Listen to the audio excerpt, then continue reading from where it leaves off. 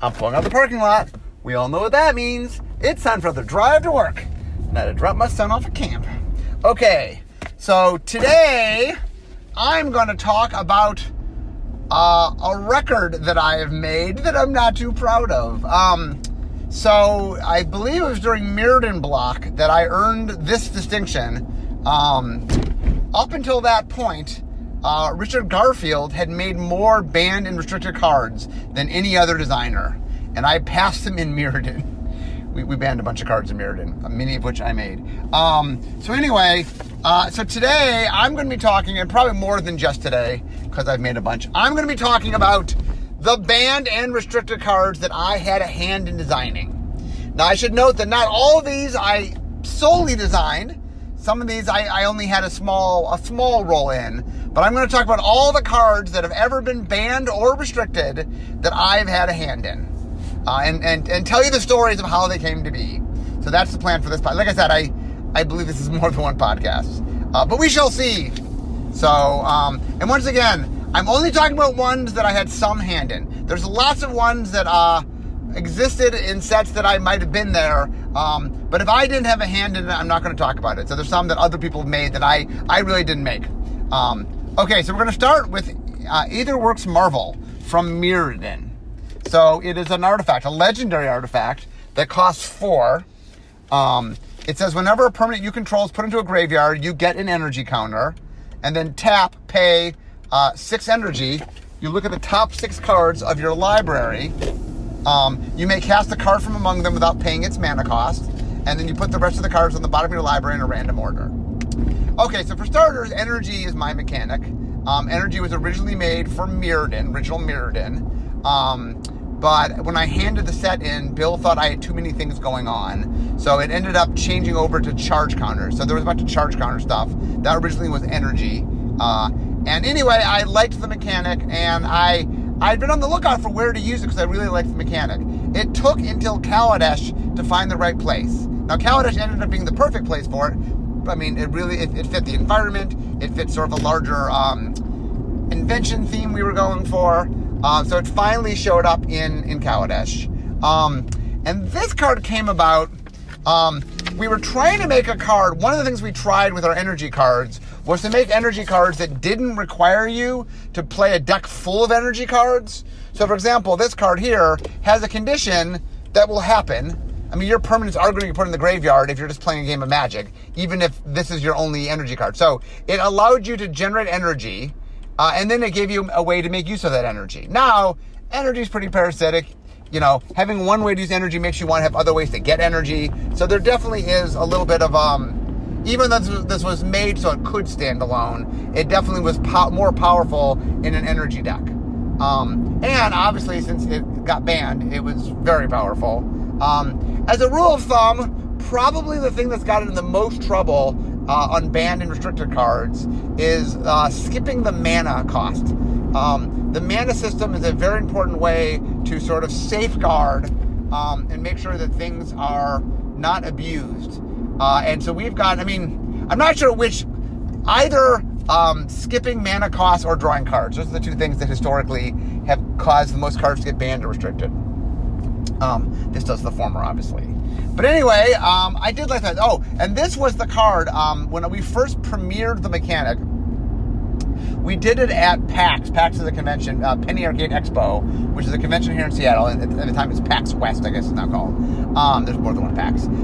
And we bought out a theater right next to the convention center, and we had stuff all weekend long premiering Kaladesh. And we started with a really big show, and in that show, I premiered the mechanics.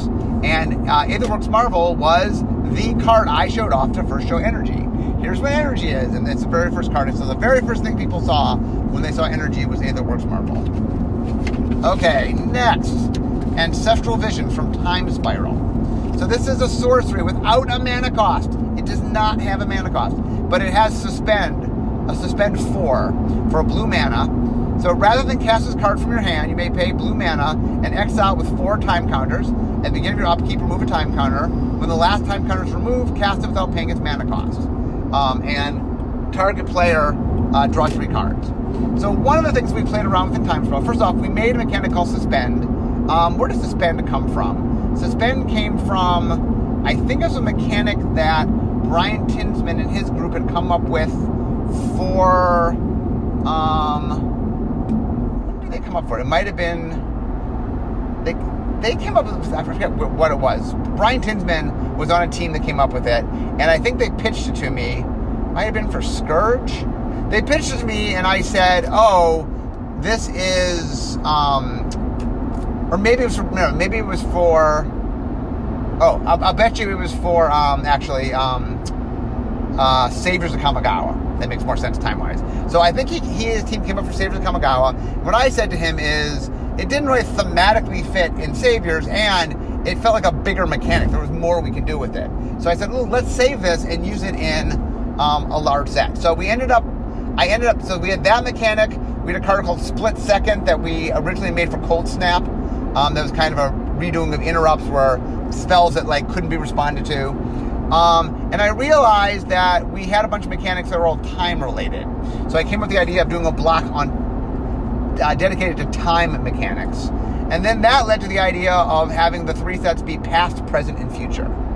So once we came up with the idea of the first set being the set of the past, I had this brilliant idea of having, because of the reserve list, there were cards that we couldn't print out of the reserve list. I said, it might be fun to make some suspended version of reserve list cards. Because we can't make the exact, like we can't make Ancestral Recall, which is the card it's riffing off of.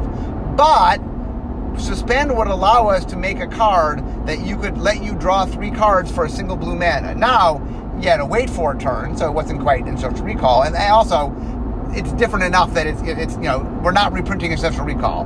Having to wait 4 turns is a significantly different card than immediately getting to draw 3 cards. So what we did is we made a bunch of cards that were exactly classic old cards, and then made it such that if you suspended them, you got it at the cost that the card is famously for being at. Now, the problem with this card is, well, if the card costs 1, there's not, if that's the discount, we talked about it costing more mana. I think originally the card we talked about, costs 4 mana or whatever, something in which it's not a bargain to do. But we decided that you just would never feel good. Like, it was splashier if it just was always in Social Recall. You had no choice. It was take 4 turns in Social Recall. So we ended up not putting a mana cost on it. We did talk about it, but we felt it was a splashier this way. And so we ended up making it. And I was the one who made the bold suggestion of making it in Social Recall. I thought it would be kind of sexy. It was, and it was. Next, Ancient Den from Mirrodin. So it's an artifact land tapped for white.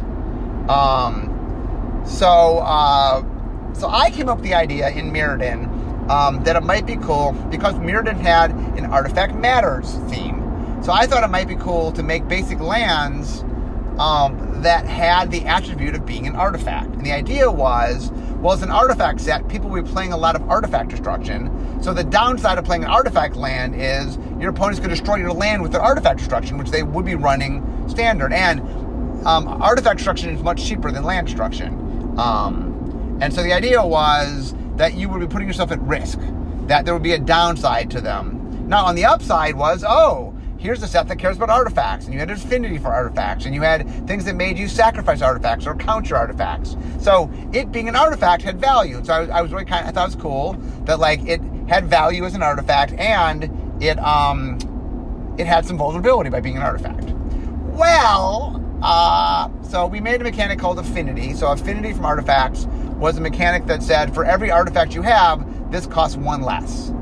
Well, it turns out, A, that Affinity was really strong, and B, artifact lands were essentially made Affinity cards cost 2 less. Because A, they were artifacts, so Affinity for artifacts, and B, they tap for mana. So essentially, it allows you to sort of get 2 mana to play an Affinity for Artifacts card. And so it was very strong. Now, the funny thing is, if Affinity for Artifacts hadn't happened, I think it might have been okay. I mean, even without Affinity, it was strong. There's lots of reasons why you want to count your artifacts or sack your artifacts or do stuff. And the reason that we kept them in there, we talked about this, was there's a lot of fun things if you're kind of playing honestly with them, there's a lot of fun things you can do. And so it saddened me when we had to ban the artifact. In fact, we banned all 6 artifact lands. We banned them all at the time. And the reason was the artifact lands were just so good with affinity for artifacts. And it didn't matter, because the artifact decks didn't play tons of color, it didn't matter which ones you had. It was kind of crazy that in the original version, before we banned any of them, you could play all of them. And so that allowed you to have a mana base of almost all artifacts. I think you could have a mana base of nothing but artifact lands, which just accelerated everything. So I do like this design, but it did teach me that making a land have the property of something is dangerous territory. Speaking of dangerous lands, Ancient Tomb from Tempest. So it's a land, it taps for 2 colorless mana, and it deals 2 damage to you. So I like colorless lands, and I think the idea behind this land was, well, there's a cost to be paid. Yeah, you get 2 mana, but well, I mean, you have to pay 2 life. And as it turns out, that is just pretty broken. There was a Pro Tour Los Angeles, the one that Dave Price won. And basically what I was told is most decks were monocolor decks, and every deck was, how do we abuse Ancient Den? Like, Ancient Den's the broken, like in the format, one of maybe not the most, but one of the most broken cards in the format was Ancient Den. And so every day, the reason decks played monocolor was you really couldn't afford to play 2 color and play Ancient Dens. So you played 1 color so you could play Ancient Den. And there were mono red decks play Ancient Den, and mono green decks play Ancient Den, and mono white decks that play Ancient Den. I think there was mono blue decks, maybe even mono black. I think they were all the colors, but they played Ancient Den. And it's basically what we learned in Ancient Den. Well, I mean, I don't think we learned this at the time of Ancient Den, because we made a few more cards that tap for 2 mana, but we eventually learned the cards that tap for more than 1 mana, if they're not really narrow, are problematic. Especially if you can just use them to cast any spell, they are problematic. So Ancient Tomb caused many a problem. Next, Arcbound Ravager from Darksteel. So this costs 2 mana. It's an artifact creature, a beast. You sacrifice an artifact, put a +1/+1 counter on Arcbound Ravager. Then it had modular. Oh, it's a modular 1, which this creature enters the battlefield with a +1/+1 counter, and then when it dies, you may put its +1/+1 counters on a target artifact creature. So it's a 0/0, but it comes in with 1 counter. So essentially, it's a 1/1 creature because it's a 0/0 with a +1/+1 counter. You can sacrifice counters to put +1/+1s on it, and then if this ever dies, you get to move them to another artifact creature. Arcbound Ravager proved to be mega powerful. And there's a bunch of reasons. One of the things it would be comboed with was there was a card that every time an artifact went to the graveyard, it did damage to the opponent. So you get out a bunch of stuff, sacrifice it, make this bigger. If this died, then just move to another creature. Sometimes it would move to another Arcbound Ravager, so that you could just keep moving things. Anyway, this card, when I made it, I was just trying to be clever. Modular was a mechanic that we had in Darksteel. The modular mechanic was a riff off the chimeras that were in original Visions. So the Vision teams had made these things called chimeras. They were artifact creatures that when they died, you got +1/+1 counters equal to their size. Oh, I'm sorry. I think you got a single counter that granted everything about them. It'd be a 2/2 vigilance creature died, you would put a counter on another artifact creature that was +1/+2 in vigilance. So we cleaned that up a little bit, made them +1/+1 counters. Didn't do other abilities, just did the +1/+1 counters. But anyway, modular was our take on sort of chimeras for this, because we were doing artifact creatures. And then I liked the idea that you could sacrifice things to put counters on it. And I felt like, sacrificing artifacts made you want to play artifacts, but also just, did it in a kind of different way. Anyway, the fact there's no cost to sacking the artifacts meant that you can make this thing real big, so your opponent kind of had to assume that it was as big as the number of artifacts you had, which caused a lot of crazy things to happen. Then even if you put artifacts in this thing and it died, they moved to another creature, like I said, often another artifact creature. Okay, Ashnod's Coupon, 0 from Unglued, artifact. Tap, sacrifice Ashnod's Coupon, target player gets you target drink, you pay any cost for the drink. So this is, I just printed up a list of cards that have ever been banned. I think this card was banned when silver border cards went into Commander. I think this was banned. So there's not a lot of silver border cards played. So I think this went there. This card was originally made. It just tickled me. I like the idea of making a card that I love the unsets of cards that just make you have stories. And so it tickled me to no end that like this card had a function kind of outside of the game. Now it was a 0-drop artifact, so I mean maybe you can make use of it. But just the idea that like, oh, I might play this because I want someone to go get me a drink. I don't know. It tickled my funny bone. I'm not sure why we made it Ashnod. Ashnod is Mishra's apprentice. I'm not sure why I decided to make it Ashnod Scoop. We were naming things after different characters, and Ashnod has shown up in a bunch of artifact names because she as with everybody in that time of the story, was an artificer. So I'm not sure why I went with Ashnod. It's an interesting question, rather than Taunus's coupon or whatever. But anyway, that is. I think this is. Well, we'll see when we get there. I'm not sure how many Civil Border cards have been banned. I've made a lot of them, I'm sure. We'll get to other ones eventually if they're here. Attune with Ether from Kaladesh. Sorcery. Search your library for a basic land card, reveal it, put it in your hand, then shuffle your library. You get 2 energy. I know when we were making basic land cards, we were just trying to think of what are basic effects that we could do, and then just stick energy granting on them. We liked this card because we like the thematic synergy of this card gets you resources. It gets you land for your mana spells, and it gets you energy for your energy costs. And so I just really like the aesthetics of it. Like, one of the things when we make cards is, beyond just the usefulness of it, and this card's plenty useful, is trying to make things where there's some thematic tie to it. And so I really like the idea that there's this tie between the nature's way and the ether. Ether was what energy was. And the elves in the world were pro-artifacts, which is weird for green. But in this world, there was a synergy between nature and artifacts. And so I thought this card did a nice job of kind of balancing that. So I thought that was kind of fun. Next, back to basics, Urza Saga. It's an enchantment that costs 2 and a blue, so 3 mana total, 1 of which is blue. Non-basic lands don't untap during the controller's untap steps. So one of the things we were doing back during Urza Saga was trying... I had this dream that we could make dual lands and maybe even make them a little better than normal if there were more dual land hosing that went on. So I made a bunch of cards designed to sort of hose non-basic lands on my quest to say, well, if being a non-basic land really had downsides, then maybe we could make them individually a little better, because there's always the threat that if you're overcommitting to your non-basic lands, people could pull stuff like back to basics. The reason this got banned is in a lot of older formats, that's all people play are non-basics, and so it ended up being a little too strong, I guess, is why it got banned. Once again, I just have a list of everything that's ever been banned, so I'm not always sure where things are banned or restricted. Sorry, banned or restricted.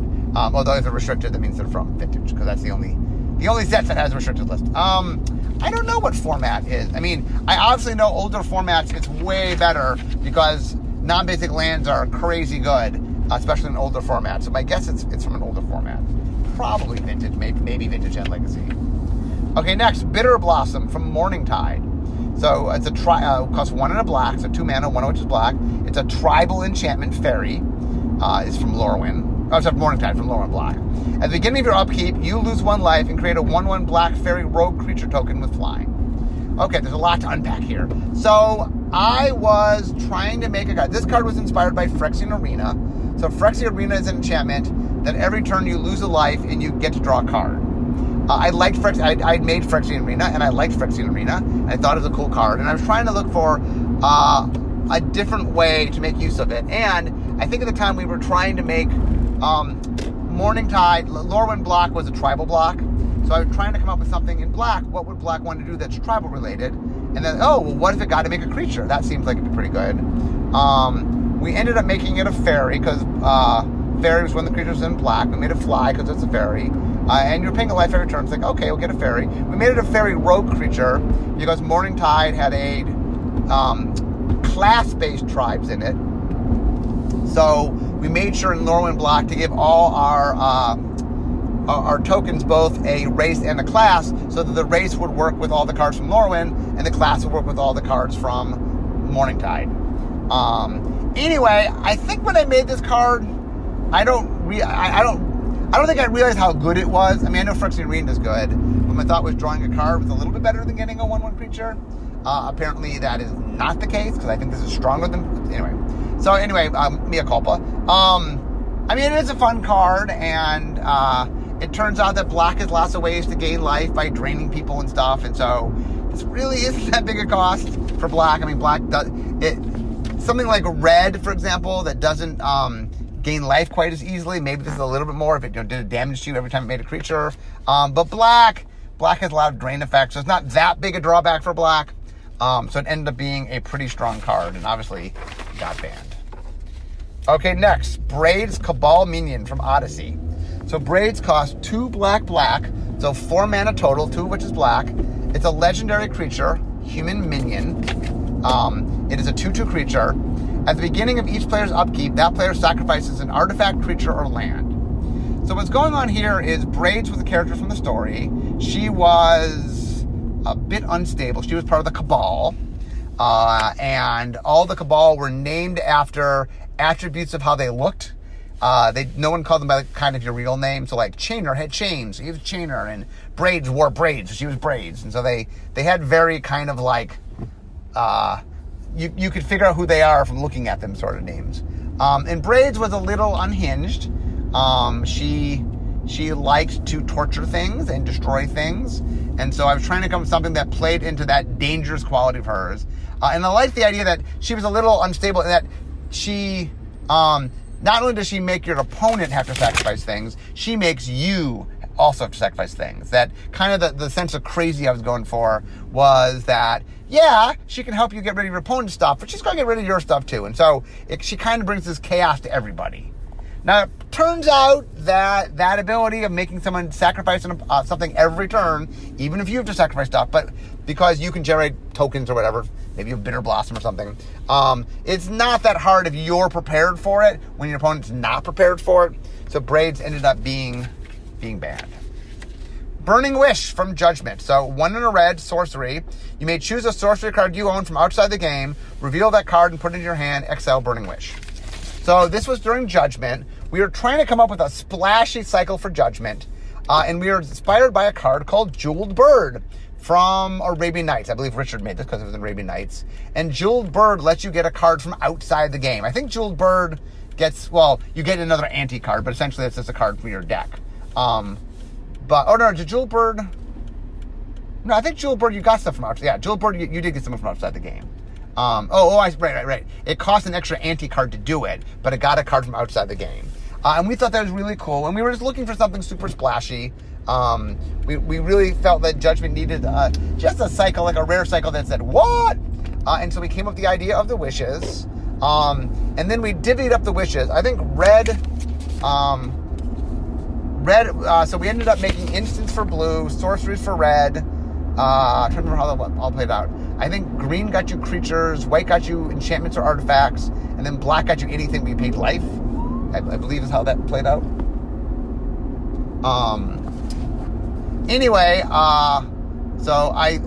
Not all the wishes are on the list, but a couple are. So anyway, Burning Wishes it got banned. But we made all the wishes as a group together. It was a group creation. So I definitely had a hand in the making of it. The idea of getting things back from exile with wishes was not true when wishes were first made. That later, I might have been less eager to do the wishes if I'd known they would get stuff back from exile. That's not how they worked when we originally made them, but they later ended up working that way. I think the reason for that is exile removed things from the game, and like it sort of said, get things from outside. Oh, this was before exile was exile. Right, you remove something from the game, and then the wishes said, get something from outside the game. Like, well, you removed it from the game. So anyway, it ended up being that way. Next, Chrome Mox from Mirrodin. Costs 0. It's an artifact. It's got imprint. When Chrome Mox enters the battlefield, you may exile a non-artifact, non-land card from your hand, and you can tap to add 1 mana of any of the exile card's colors. So we knew when we made Mirrodin we were doing an artifact block. We really wanted to make a Mox, because we said, oh, what says artifact block? Mox.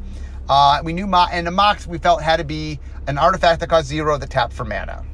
So we were made imprint. So imprint was a mechanic. So both Brian Tinsman and I had made individual cards that I thought were really cool individual designs. And it dawned on me that each one of us had removed a card. My was Clone Machine. What did that become? Soul Foundry. And his was what was it? It was the one where when you attack, you went and got an instant or sorcery. I forget what it's called. Anyway, we each made individual cards. We weren't trying to make a mechanic or anything. We just had individual cards. And I realized that they were both cool designs, but they overlapped in you removing a card as a template. And I said, you know what, that's pretty cool. I think we can make a whole mechanic out of that. So in Mirrodin, when I was trying to look for cool artifact things, I realized that it made a lot of sense to put in an artifact set, because the idea of sort of fine-tuning what your artifact can do made a lot of sense. It really felt like an artifact thing to do. So we introduced Imprint in Mirrodin. And then we were trying to make a Mox. One of the problems is 0 cost tap for mana can be, problematic. So we decided to try to have an extra cost here. And the idea was, well, you essentially had to get rid of a card in your hand, and in order for the card to be of value, it needed to be colored. So you couldn't just get rid of a land. You had to get rid of an actual card. And so that felt, at the time we're like, oh, that seems like, okay, that should be a decent cost. Turns out that getting mana is so valuable, especially in older formats, that a little bit of loss of card advantage isn't that big a deal. There's so many ways to draw cards in older formats, especially vintage, that the drawback wasn't enough to not make it very, very good in the format. So, most of the banned Moxes restricted Moxes, we're talking vintage. Most of the restricted Moxes were not made by me, but I did have a hand in this one. Next, Cloud of Fairies from Urza's Legacy. 1 and a blue for a 1/1 fairy creature. It's a creature. It flies, because I think all fairies fly. When Cloud of Fairies enters the battlefield, untap up to 2 lands. So that's the free mechanic. And then it had cycling 2. So the free mechanic was a mechanic that I made in Urza Saga block, where you untap lands equal to the converted mana cost of the spell. It told you the number. So this cost 2, so it untapped 2 lands. And the idea of a free spell was, provided you have the mana to cast it, provided you can cast it, once it enters the battlefield, it untaps the lands that you use to cast it. Although it didn't specify that. One of the reasons it made free spells really good is you can tap a whole bunch of mana and then use it to untap other mana, not necessarily what you use to cast this spell. Anyway, the free mechanic is one of the most broken mechanics we've ever made. One of the signs that's a very broken mechanic is that you can't make it more expensive to power it down. Sometimes taking a free spell, making it more powerful, raising the cost makes it more powerful. Not a lot of mechanics can go, oh, I'm going to add a mana, and now it's more powerful. That's not true of most mechanics. Anyway, I think this card might have been designed for Urza's Saga, and then got pushed back for Urza's Legacy. I do know I named this card. I'm very proud of this name. It's fun trying to come up with collectives for things that don't have collectives, so I was very proud of Cloud of Fairies. I thought that was cool. How are we doing on time here? Okay, I'm going to do a few more cards, and then I'm going to call it a day. Obviously, this is going to be more than one. I've made a few ban restricted cards. Cloud Post, Mirrodin, Land, Locust. Cloud Post enters the battlefield tapped. Tap, add C for each locust on the battlefield. I think this was another team design in Mirrodin. We liked the idea of something that, I think this was the first locust. We later have made more locusts to go with Cloud Post. But the idea was it taps for 1. The first one taps for 1. The second one taps for 2. The third one taps for 3. The fourth one taps for 4. Kind of a riff off Kindle, a mechanic that I'd made in Tempest. I like the idea of a land that, sort of like, I guess it's more like a Plague Rat, I guess, because each one of them goes up. Yeah, I guess it's more Plague Rat-y. Each one goes up. Anyway, obviously, being able to attack for 16 mana with 4 lands is pretty good. So that got that got banned. Coalition Victory. 3 white, blue, black, red, green. So 8 mana total. 1 white, 1 green, 1 white, 1 blue, 1 black, 1 red, 1 green. In Invasion. It's a sorcery. You win the game if you control a land of each basic land type and a creature of each color. So what happened there was Invasion had a play all the colors theme. Domain was a mechanic, they're unnamed at the time. That you rewarded you for having spells that scale based on how many basic land types you had in play.